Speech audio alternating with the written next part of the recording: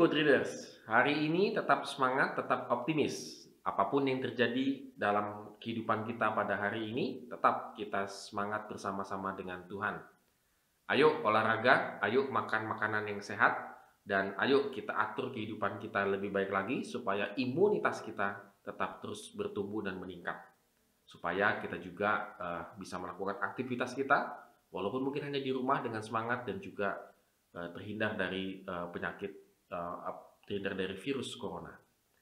Hari ini kita akan merenungkan firman Tuhan dari 2 Raja-Raja 4 ayat 42 sampai dengan 44. Ya, ini ayatnya singkat. Saya berharap good readers membacanya dan tetap setia membaca firman Tuhan. Nah, kali ini kita nyambung dari kemarin gitu ya.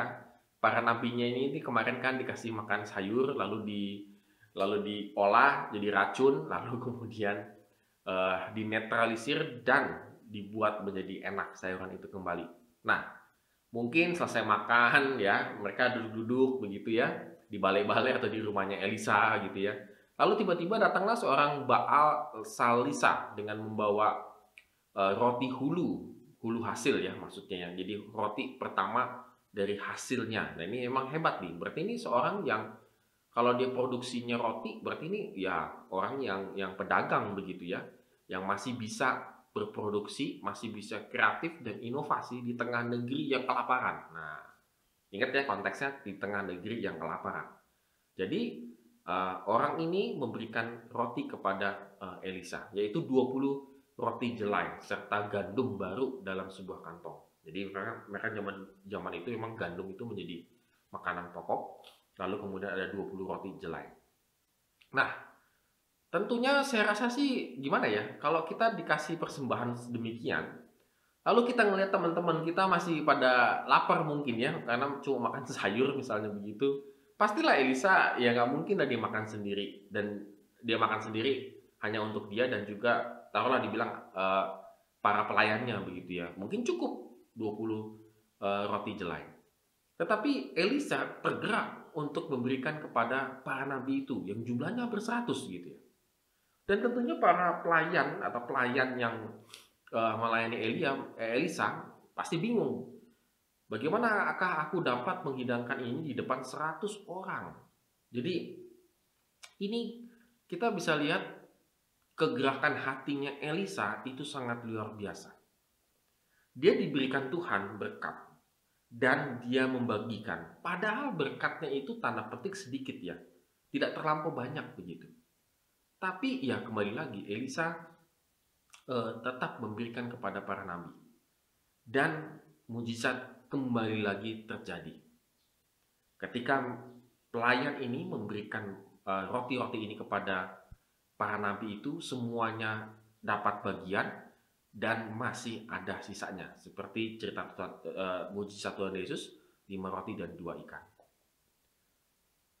Good readers, kita bisa melihat dari sini apa yang menjadi hal penting dari cerita ini.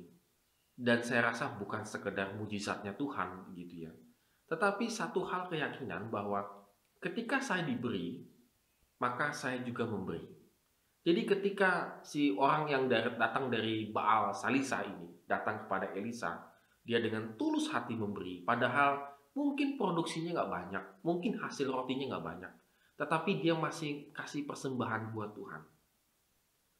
Masih kasih persembahan buat Tuhan. Di tengah-tengah kesulitan yang sangat sulit, negeri lagi kelaparan, semua lagi susah, dia tetap memberikan persembahan buat Tuhan. Persembahan yang seperti ini itu yang diberkati oleh Tuhan, sehingga datang kepada Elisa dan Elisa membagikan kembali menghasilkan mujizat. Asal daripada mujizat ini adalah dari persembahan seorang yang benar-benar mengasihi Tuhan. Saudaraku, pada hari ini dalam keadaan sulit ini, apakah kita masih memberikan persembahan kepada Tuhan dengan ketulusan kita? Atau kita memberikan persembahan kepada Tuhan kalau diingetin baru dikasih persembahan. Kalau majelis yang ngingetin baru. Kalau hamba Tuhan yang ngingetin baru ngasih persembahan. Jangan-jangan memang kita sudah melupakan Tuhan dalam kehidupan kita. Oleh karena itu, Good Readers pada hari ini tidak ada alasan bagi kita tidak memberikan persembahan kepada Tuhan. Karena persembahan yang sangat harum di mata Tuhan, itu akan menghasilkan mujizat. Itu akan menghasilkan berkat-berkat yang berlimpah. Tetapi persembahan yang tidak dengan sukarela, begitu ya, itu hanya mandek hanya berhenti sebagai persembahan. Oleh karena itu, mari good leader sekalian, kita renungkan firman Tuhan pada hari ini. Kita tetap fokus kepada Tuhan dalam kehidupan kita. Amin. Tuhan Yesus memberkati kita semua.